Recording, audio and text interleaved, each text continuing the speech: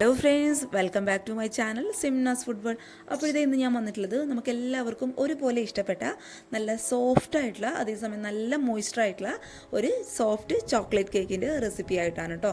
അപ്പോൾ ഈ ഒരു കേക്ക് റെഡിയാക്കാനായിട്ട് നമുക്ക് വിപ്പിംഗ് ക്രീമിൻ്റെയോ അല്ലാന്നുണ്ടെങ്കിൽ ഓവൻ്റെയോ ബീറ്ററിൻ്റെയോ ഒന്നും ആവശ്യമില്ല. വളരെ സിമ്പിളായിട്ട് നമുക്ക് വീട്ടിലൊക്കെ ചെയ്തെടുക്കാൻ പറ്റിയ നല്ലൊരു കേക്കിൻ്റെ റെസിപ്പിയാണ്. അപ്പോൾ എല്ലാവരും ഒന്ന് കണ്ടു നോക്കിയിട്ട് ട്രൈ ചെയ്ത് നോക്കുക. അതുപോലെ ചാനലിലെ വീഡിയോസൊക്കെ ആദ്യമായിട്ട് ആരെങ്കിലും കാണുകയാണെന്നുണ്ടെങ്കിൽ എപ്പോഴും പറയുന്ന പോലെ ഒന്ന് സബ്സ്ക്രൈബ് ചെയ്ത് സപ്പോർട്ട് ചെയ്യണേ. അപ്പോൾ നമുക്ക് പെട്ടെന്ന് തന്നെ ഈ ഒരു സോഫ്റ്റ് ആയിട്ടുള്ള ചോക്ലേറ്റ് കേക്കിൻ്റെ റെസിപ്പി എങ്ങനെ തയ്യാറാക്കുന്നു നോക്കാം. ഈ ഒരു കേക്ക് റെഡിയാക്കാനായിട്ട് നമുക്ക് മെയിനായിട്ട് വേണ്ടത് മൈദയാണ് കേട്ടോ. അപ്പോൾ നമ്മൾ വീടുകളിലൊക്കെ സാധാരണയായിട്ട് ഉപയോഗിക്കുന്ന ഇങ്ങനെയുള്ളൊരു ഗ്ലാസ്സിൽ ഒരു ഗ്ലാസ് നിറയെ മൈദ ഞാൻ എടുത്തിട്ടുണ്ട്.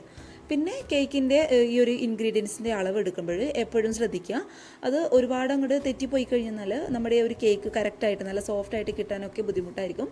അതുകൊണ്ട് കറക്റ്റ് അളവിൽ തന്നെ എടുക്കാനായിട്ട് ശ്രദ്ധിക്കുക കേട്ടോ. അപ്പോൾ ഇങ്ങനെയുള്ളൊരു ഗ്ലാസ്സിൽ ഒരു ഗ്ലാസ് നിറയെ മൈദ നമുക്കൊരു അരിപ്പയിൽ കൂടി ഒരു പാത്രത്തിലോട്ട് അങ്ങോട്ട് ഇട്ട് കൊടുക്കാം. പിന്നെ ഞാനിതിലോട്ട് ഇട്ട് കൊടുക്കുന്നത് ഒരു ടീസ്പൂൺ നിറയെ ബേക്കിംഗ് പൗഡറാണ്.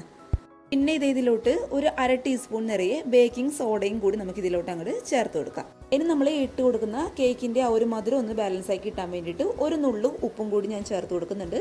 അപ്പോൾ ഉപ്പിടുമ്പോൾ ശ്രദ്ധിക്കുക, ഒരുപാട് അങ്ങ് കൂടി പോകാൻ പാടില്ല കേട്ടോ. പിന്നെ ഇതിലോട്ട് നമ്മൾ ഈ ഒരു ചോക്ലേറ്റ് കേക്കാണ് ചെയ്യുന്നതെന്നുകൊണ്ട് ഒരു 2 ടേബിൾ സ്പൂണോളം കൊക്കോ പൗഡറും കൂടി നമുക്ക് ഇതിലോട്ട് അങ്ങോട്ട് ഇട്ട് കൊടുക്കാം. ഇനി ഇതെല്ലാം കൂടി നന്നായിട്ടൊന്ന് അരിച്ചെടുക്കുക. ഒരു 2-3 തവണയൊക്കെ അരിച്ചെടുക്കുകയാണെന്നുണ്ടെങ്കിൽ നമ്മുടെ കേക്ക് നന്നായിട്ട് സോഫ്റ്റായിട്ട് വരികയും ചെയ്യും. അതേപോലെ നമ്മൾ ഇട്ട് കൊടുത്ത ഈ ഒരു ഡ്രൈഡ് ആയിട്ടുള്ള ഇൻഗ്രീഡിയൻസ് ഒക്കെ എല്ലാ ഭാഗത്തും ഒരുപോലെ എത്തുകയും ചെയ്യും കേട്ടോ. അതിന് വേണ്ടിയിട്ട് ഒരു 2-3 തവണ നന്നായിട്ട് ഇതൊന്ന് അരിച്ചെടുക്കാനായിട്ട് ശ്രദ്ധിക്കണേ.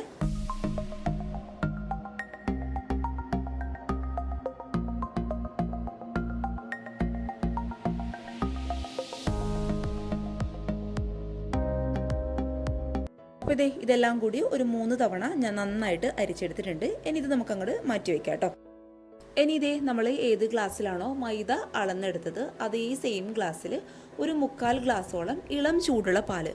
അപ്പോൾ പാലെന്ന് പറയുമ്പോൾ ഒരിക്കലും ഒരുപാട് ചൂടില്ല കേട്ടോ, നമുക്ക് കൈയൊക്കെ കുത്താൻ പാകത്തിലുള്ള ഇളം ചൂടുള്ള പാല് മുഴുവനായിട്ട് നമുക്കൊരു പാത്രത്തിലോട്ട് അങ്ങോട്ട് ഒഴിച്ചു കൊടുക്കാം. ഇനി അതേ സെയിം ഗ്ലാസ്സിൽ തന്നെ ഒരു 1/4 ഗ്ലാസോളം ഫ്ലേവർ ഇല്ലാത്ത ഏതെങ്കിലും ഒരു ഓയിൽ കേട്ടോ, വെളിച്ചെണ്ണ എടുത്ത് ഉപയോഗിക്കാനായിട്ട് പാടില്ല. അപ്പോൾ ഞാനിവിടെ എടുത്തിട്ടുള്ളത് സൺഫ്ലവർ ഓയിലാണ് കേട്ടോ, നിങ്ങൾക്ക് ഏത് ഓയിൽ വേണമെങ്കിലും ഉപയോഗിക്കാം. അപ്പോൾ ഒരു 1/4 ഗ്ലാസും കൂടി ഞാൻ ഇതിലോട്ട് ഒഴിച്ചു കൊടുക്കുന്നുണ്ട്. പിന്നെ ഇതിലോട്ട് ഒരു 1/2 ഗ്ലാസോളം പൊടിച്ച പഞ്ചസാര, നമ്മുടെ കേക്കിൻ്റെ മധുരത്തിന് ആവശ്യമായിട്ടുള്ള 1/2 ഗ്ലാസോളം പൊടിച്ച പഞ്ചസാരയും കൂടി ഇതിലോട്ട് മുഴുവനായിട്ട് നമുക്ക് അങ്ങോട്ട് ചേർത്ത് കൊടുക്കാം. ഇതിലോട്ട് നമ്മുടെ ഒരു കേക്കിന് നല്ലൊരു ഫ്ലേവർ കൊടുക്കാൻ വേണ്ടിയിട്ട് ഒരു 1/2 ടീസ്പൂണോളം വാനില എസൻസ് ഞാൻ ചേർത്ത് കൊടുക്കുന്നുണ്ട്. ഇത് കയ്യിലുണ്ടെന്നുണ്ടെങ്കിൽ മാത്രം ചേർത്ത് കൊടുത്താൽ മതി കേട്ടോ, കാരണം നമ്മളിതിൽ മുട്ടിയൊന്നും ചേർക്കാത്തതുകൊണ്ട് കേക്കിന് നല്ലൊരു ഫ്ലേവർ തന്നെ ഉണ്ടാവും. അപ്പോൾ കയ്യിലുണ്ടെന്നുണ്ടെങ്കിൽ നല്ലൊരു ടേസ്റ്റിന് വേണ്ടിയിട്ട് ഒരു 1/4 ടീസ്പൂണും അല്ലാന്നുണ്ടെങ്കിൽ ഒരു 1/2 ടീസ്പൂണോളം വാനില എസൻസ് ചേർത്ത് കൊടുക്കുക. ഇനി നിങ്ങൾക്ക് ഒരു വാനില എസൻസ് കയ്യിലില്ലാന്നുണ്ടെങ്കിൽ ഒരു 1/4 ടീസ്പൂണോളം ഏലക്ക പൊടിച്ചത് ചേർത്ത് കൊടുത്താലും മതിയാവും കേട്ടോ. ഇനി ഇതെല്ലാം കൂടി വിസ്ക് ഉണ്ടെന്നുണ്ടെങ്കിൽ അത് വെച്ചിട്ട് നന്നായിട്ട് മിക്സ് ചെയ്യുക. അല്ലാന്നുണ്ടെങ്കിൽ ഇങ്ങനെയുള്ളൊരു സ്പൂൺ വെച്ചിട്ട് ആ ഒരു പഞ്ചസാര ഈ ഒരു ലിക്വിഡിൽ നന്നായിട്ട് അലിയുന്ന വരെ കംപ്ലീറ്റ് ആയിട്ട് നന്നായിട്ട് അങ്ങോട്ട് മിക്സ് ചെയ്ത് കൊടുക്കുക കേട്ടോ. ഈ ഒരു സമയത്ത് മാത്രമേ നമ്മുടെ പഞ്ചസാര നമുക്ക് ഇതിലോട്ട് ഇട്ട് അങ്ങോട്ട് മിക്സ് ചെയ്യാൻ പറ്റൂ, എങ്കിലും നമ്മുടെ കേക്കിന് നല്ലൊരു മധുരം ഉണ്ടാകും കേട്ടോ. അപ്പോൾ നന്നായിട്ട് അങ്ങോട്ട് മിക്സ് ചെയ്ത് കൊടുക്കുക.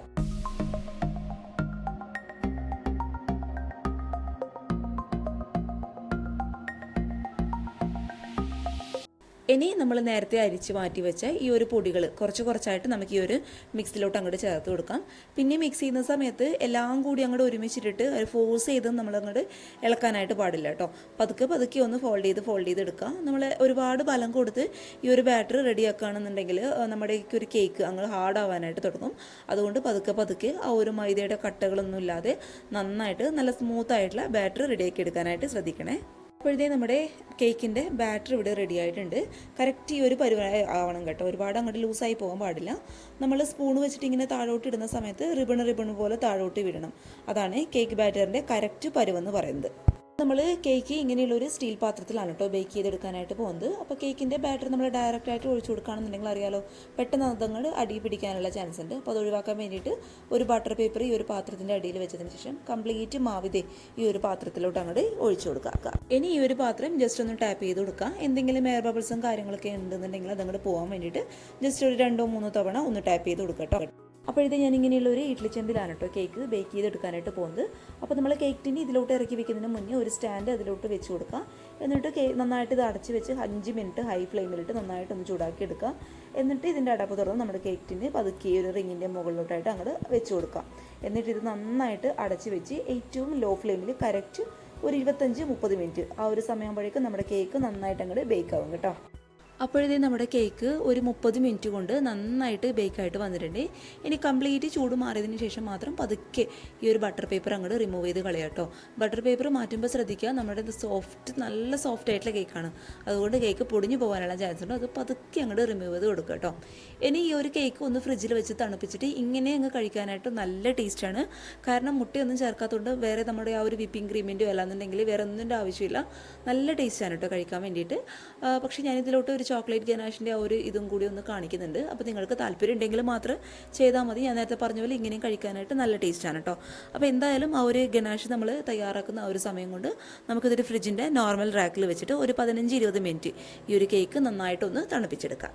ഇനി നമുക്ക് ഈ ഒരു കേക്കിന് ആവശ്യമായിട്ടുള്ള ചോക്ലേറ്റ് ഗനാഷ് എങ്ങനെ തയ്യാറാക്കും നോക്കാം. അതിനായിട്ട് ഇതൊരു പാനിൽ 2 ടേബിൾ സ്പൂണോളം കൊക്കോ പൗഡർ മുഴുവനായിട്ട് ഞാൻ ചേർത്ത് കൊടുക്കുകയാണ്. അതിൻ്റെ കൂടെ തന്നെ ഇതിന് നല്ലൊരു മധുരം കിട്ടാൻ വേണ്ടിയിട്ട് ഒരു 6 ടേബിൾ സ്പൂണോളം പൊടിച്ച പഞ്ചസാരയാണ് കേട്ടോ. അത് മുഴുവനായിട്ട് നമുക്കിതിലോട്ട് അങ്ങോട്ട് ചേർത്ത് കൊടുക്കാം.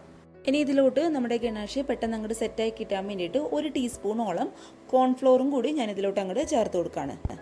ഇതിൻ്റെ മധുരം ഒന്ന് ബാലൻസ് ആക്കി ഇട്ടാൻ വേണ്ടിയിട്ട് ഒരു നുള്ളു ഉപ്പും കൂടി നമുക്ക് ഇതിലോട്ട് അങ്ങോട്ട് ചേർത്ത് കൊടുക്കാം. ഇനി ഇതെല്ലാം കൂടി ഇങ്ങനെയുള്ള ഒരു വിസ്കോ അല്ലാന്നുണ്ടെങ്കിൽ സാധാരണ ഒരു സ്പൂണോ ഫോർക്കോ വെച്ചിട്ട് ആ ഒരു പഞ്ചസാരയുടെയും മൈദയുടെയും കട്ടകളൊന്നും ഇല്ലാത്ത വിധത്തിൽ നന്നായിട്ടൊന്ന് മിക്സ് ചെയ്ത് കൊടുക്കാം. ഇനി ഇതിലോട്ട് ഒരു 1/2 ഗ്ലാസോളം പാല് ഞാൻ ഒഴിച്ചു കൊടുക്കുന്നുണ്ട്. പാൽ ഒഴിച്ചതിന് ശേഷം നന്നായിട്ട് അങ്ങ് മിക്സ് ചെയ്ത് കൊടുക്കുക കേട്ടോ. നമ്മൾ ഇട്ട് കൊടുത്ത കോൺഫ്ലോറിൻ്റെ കട്ടകളും അതുപോലെ ആ ഒരു പഞ്ചസാരയുടെ മിക്സൊക്കെ കംപ്ലീറ്റ് ആയിട്ട് ഈ ഒരു പാലിൽ നന്നായിട്ടൊന്ന് മിക്സ് ആകുന്ന വരെ ഇങ്ങനെയുള്ള ഒരു വിസ്ക് വെച്ചിട്ട് നന്നായിട്ടൊന്ന് മിക്സ് ചെയ്ത് കൊടുക്കാം. ഇനി ഇതെല്ലാം കൂടി നന്നായിട്ട് മിക്സ് ചെയ്തതിന് ശേഷം ഇതിലോട്ട് ഒരു 1/4 ഗ്ലാസും കൂടി എക്സ്ട്രാ പാലും കൂടി ഞാൻ ചേർത്ത് കൊടുക്കുകയാണ് കേട്ടോ. ഇനി ഇത് വീണ്ടും നന്നായിട്ട് ഇങ്ങനെയുള്ളൊരു സ്പൂൺ വെച്ചിട്ട് മിക്സ് ചെയ്ത് കൊടുക്കാം. ഇനി നമുക്കിതൊരു സ്റ്റൗവിൽ വെച്ചിട്ട് നന്നായിട്ട് ആ ഒരു ഗനാഷ് ആകുന്ന വരെ ഒന്ന് കുറുക്കിയെടുക്കണം. അതായത് നന്നായിട്ടൊരു തിക്കായിട്ടുള്ള കൺസിസ്റ്റൻസി ആക്കിയെടുക്കണം. അപ്പോൾ അങ്ങനെ ആക്കിയെടുക്കുന്ന സമയത്ത് ഇതൊരിക്കലും ഹൈ ഫ്ലെയിമിൽ ഇടാനായിട്ട് പാടില്ല കേട്ടോ. ഹൈ ഫ്ലെയിമിൽ ഇട്ടെന്ന് കഴിഞ്ഞാൽ ആ ഒരു കോൺഫ്ലോറിൻ്റെ പച്ച ടേസ്റ്റ് മാറാനും അതുപോലെ കോൺഫ്ലോർ നമ്മൾ ഇതിലോട്ട് ചേർത്ത് കൊടുത്തിട്ട് പെട്ടെന്ന് കട്ട പിടിക്കാനുള്ള ചാൻസ് ഉണ്ട്. അതുകൊണ്ട് ലോ ടു മീഡിയം ഫ്ലെയിമിൽ വെച്ചിട്ട് ഇത് പതുക്കെ ഒന്ന് കുറുക്കിയെടുക്കാനായിട്ട് ശ്രദ്ധിക്കണേ.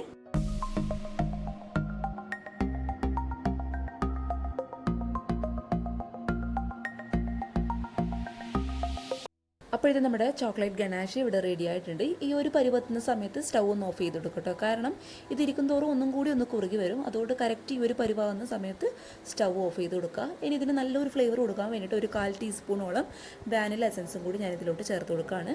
അതേപോലെ 1 ടീസ്പൂൺ നിറയെ ബട്ടറും കൂടി ഇതിലോട്ട് അങ്ങോട്ട് മിക്സ് ചെയ്ത് കൊടുക്കുക. ഇനി ഇതെല്ലാം കൂടി നന്നായിട്ടൊന്ന് മിക്സ് ചെയ്ത് കൊടുക്കുക. കാരണം ഇത് നമ്മൾ സ്റ്റൗ ഓഫ് ആയി കഴിഞ്ഞാലും ഈ ഒരു പാൻ്റെ ചൂട് കാരണം ഇത് വീണ്ടും ഒന്ന് കട്ട പിടിക്കാനുള്ള ചാൻസ് ഉണ്ട്. അതുകൊണ്ട് ഇത് ഒഴിവാക്കാൻ വേണ്ടിയിട്ട് നന്നായിട്ട് ഒന്ന് മിക്സ് ചെയ്ത് കൊടുത്തതിന് ശേഷം ഇതിൻ്റെ ചൂടൊന്നും ആറിക്കഴിഞ്ഞാൽ ഫ്രിഡ്ജിൻ്റെ നോർമൽ റാക്കിൽ വെച്ചിട്ട് ഒരു 15-20 മിനിറ്റ് ഇത് നമുക്ക് നന്നായിട്ടൊന്ന് തണുപ്പിച്ചെടുക്കാം. അപ്പോൾ ഇതേ നമ്മുടെ കേക്ക് ഇവിടെ നന്നായിട്ട് തണുത്ത് വന്നിട്ടുണ്ട്. അപ്പോൾ ആ ഒരു സമയം കൊണ്ട് ഞാനിവിടെ ഇതിന് ഈ ഒരു കേക്കിന് ആവശ്യമായിട്ടുള്ള ഷുഗർ സിറപ്പ് ഒന്ന് റെഡിയാക്കി എടുത്തിട്ടുണ്ടായിരുന്നു. അതൊന്നുമില്ല കേട്ടോ, ഒരു 2 ടീസ്പൂണോളം പഞ്ചസാരയിൽ ഒരു 3 ടീസ്പൂണോളം സാധാരണ വെള്ളം ഒഴിച്ചിട്ട് നന്നായിട്ടൊന്ന് മിക്സ് ചെയ്ത് കൊടുക്കുക. പക്ഷേ ആ ഒരു പഞ്ചസാര കംപ്ലീറ്റ് ആയിട്ട് ഈ വെള്ളത്തിൽ അലിയുന്ന വരെ നന്നായിട്ടൊന്ന് മിക്സ് ചെയ്യണം കേട്ടോ. എങ്കിൽ നമ്മുടെ കേക്കിന് ആ ഒരു നല്ലൊരു മോയ്സ്ചറൈസ് ആയിട്ടുള്ള കേക്ക് ആ ഒരു ഫീൽ ഉണ്ടാവും. അപ്പോൾ അതിന് വേണ്ടിയിട്ട് നന്നായിട്ടൊന്ന് മിക്സ് ചെയ്ത് കൊടുക്കുക. എന്നിട്ട് ഇതൊരു 10-15 മിനിറ്റ് ഫ്രിഡ്ജിൻ്റെ നോർമൽ റാക്കിൽ വെച്ചിട്ട് നന്നായിട്ടൊന്ന് തണുപ്പിച്ചെടുക്കുക.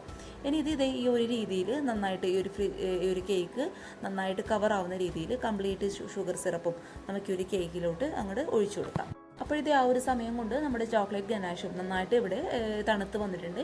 ഇനി ഇത് കംപ്ലീറ്റ് ആയിട്ട് നമുക്ക് ഈ ഒരു കേക്കിൻ്റെ മുകളിലോട്ട് അങ്ങോട്ട് ഒഴിച്ചു കൊടുക്കാം.